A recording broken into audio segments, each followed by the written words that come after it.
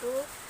Perkenalkan, nama saya Dinda Nur Safira Putri Udin, NIM 19913140039 dari Manajemen A Angkatan 2019, Fakultas Ekonomi Universitas Negeri Makassar.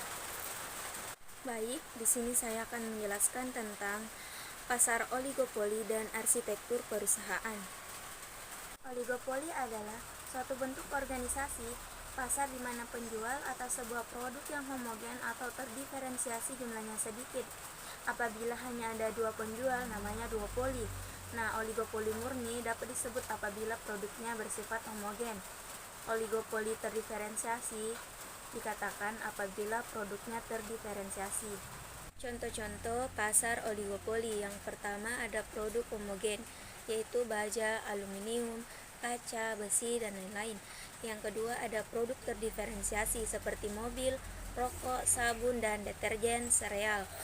Nah, tindakan setiap perusahaan akan mempengaruhi perusahaan lain dalam industri. Seperti contohnya oligopolis biasanya memilih bersaing dalam diferensiasi produk, iklan, dan pemberian layanan atau persaingan non-harga.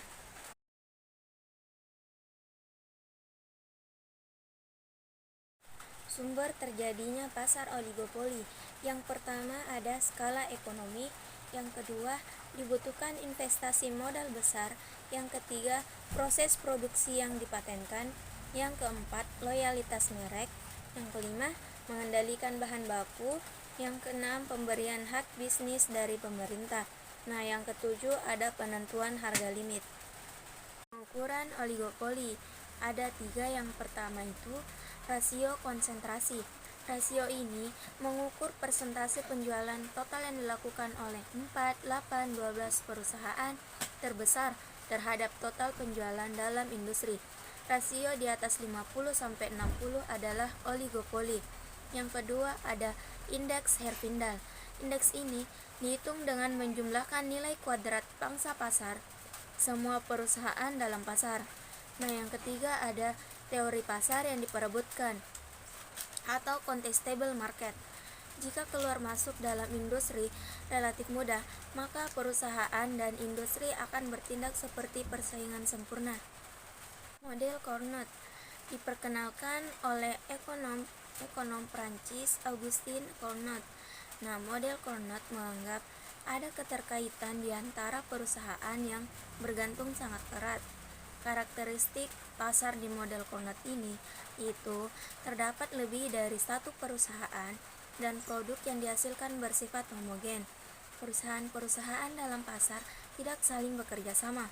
Nah, perusahaan-perusahaan dalam pasar memiliki market power. Jumlah perusahaan dalam pasar merupakan angka tetap dan terdapat strategic behaviors yang dilakukan oleh perusahaan. Karakteristik model Carnot. Asumsi dasar model Carnot yaitu setiap perusahaan pasti akan berusaha memaksimumkan profitnya dengan harapan bahwa output decisionnya tidak akan mempengaruhi keputusan pesaingnya. Nah, perusahaan menganggap bahwa output yang dihasilkan pesaingnya adalah tetap, sehingga semua perusahaan akan mengambil keputusan dengan mempertimbangkan output pesaingnya, tanpa menyadari bahwa gerakan mereka masing-masing menjadi dasar pengambilan keputusan pesaingnya. Nah, ini adalah tampilan kurva reaksi Carnot model. Model kurva permintaan yang terpatah diperkenalkan oleh Paul Sweezy. Jika perusahaan oligopoli menaikkan harga, perusahaan lain tidak akan mengikuti, sehingga permintaan akan elastis. Nah, jika perusahaan oligopoli menurunkan harga, perusahaan lain akan mengikuti, sehingga permintaan akan inelastis. Implikasinya adalah bahwa kurva permintaan akan terpatah, MR akan diskontinuitas, dan perusahaan oligopoli tidak akan mengubah harga ketika biaya marginal berubah.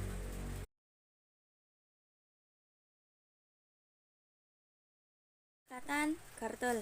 Dalam pasar sering terdapat kolusi atau kerjasama antara perusahaan untuk membatasi persaingan dalam rangka meningkatkan keuntungan.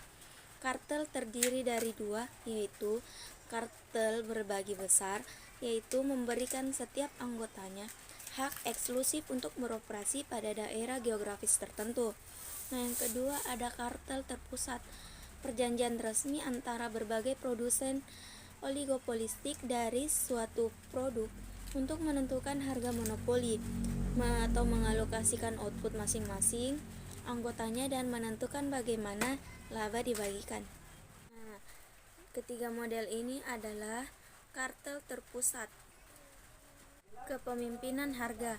Salah satu cara membuat penyesuaian pasar tanpa harus kolusi dan perang harga adalah kepemimpinan harga. Kepemimpinan harga adalah perusahaan yang diakui pemimpin harga melaksanakan perubahan harga dan kemudian perusahaan lainnya dalam industri dengan cepat mengikutinya. Perusahaan barometrik terbesar dominan atau perusahaan biaya terendah di industri. Kurva permintaan didefinisikan sebagai kurva permintaan pasar dikurang pasukan oleh para pengikut. Perusahaan pengikut yaitu mengambil harga pasar seperti yang diberikan dan berperilaku sebagai pesaing sempurna. Ini adalah bentuk kurva price leadership. Aplikasi efisiensi oligopoli. Seperti halnya monopoli, harga biasanya terjadi di atas LIC sehingga laba dalam pasar oligopolistik bisa tetap ada dalam jangka panjang karena ada hambatan masuk ke pasar. Nah, oligopolistik biasanya tidak beroperasi pada titik terendah kurva LIC mereka. Biasanya terjadi alokasi sumber daya yang tidak efisien pada perusahaan industri oligopoli. Ketika memproduksi barang terdiferensiasi, mungkin akan terlalu banyak uang untuk pembuatan iklan dan perubahan model. Model maksimasi penjualan diperkenalkan oleh William Baumol. Rumusan dari model maksimasi penjualan adalah manajer berusaha untuk memaksimalkan penjualan setelah memastikan bahwa tingkat pengembalian yang memadai telah diperoleh, bukan untuk memaksimalkan keuntungan. Penjualan atau total pendapatan TR akan maksimal ketika perusahaan menghasilkan kuantitas yang menetapkan penerimaan marginal sama dengan nol. Nah, ini adalah kurva dari bentuk sales maximization model. Perkembangan oligopolis global. Terjadi kecenderungan bagi lahirnya oligopolis global yang semakin cepat karena banyak perusahaan besar dunia semakin bertambah besar akibat pertumbuhan internal dan merger. Sektor yang sedang berkembang yaitu perkembangan internasional, industri hiburan dan komunikasi, produk-produk sehari-hari, makanan, obat-obatan, elektronika dan pesawat terbang komersial. Sebuah perusahaan bisa saja merupakan monopolis di pasar nasional, akan tetapi pada saat yang sama akan menghadapi persaingan dari oligopolis global yang lebih besar dan efisien. Arsitektur perusahaan yang ideal. Arsitektur perusahaan, jalan atau cara perusahaan diorganisasi, bergerak atau beroperasi dan merespon perubahan di pasar.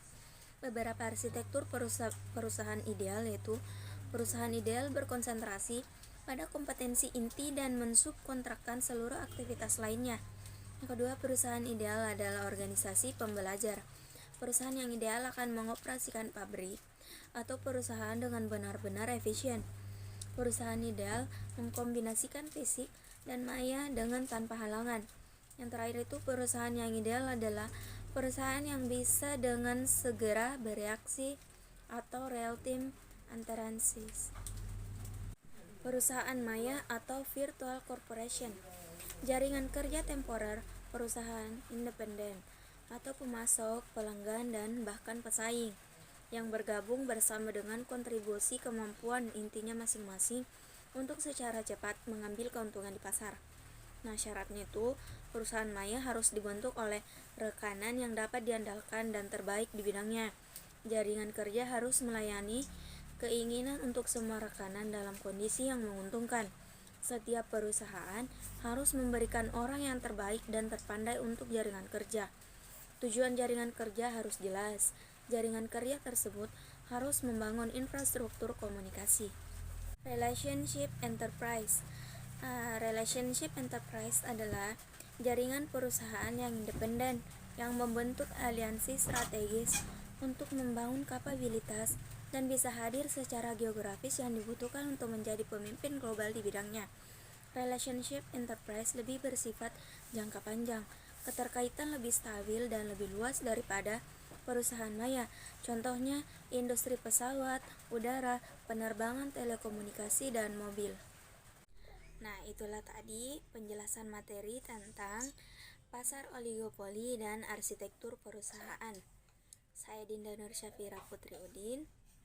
Memohon maaf bila ada kata yang salah. Wabillahi taufiq wal hidayah. Wassalamualaikum warahmatullahi wabarakatuh.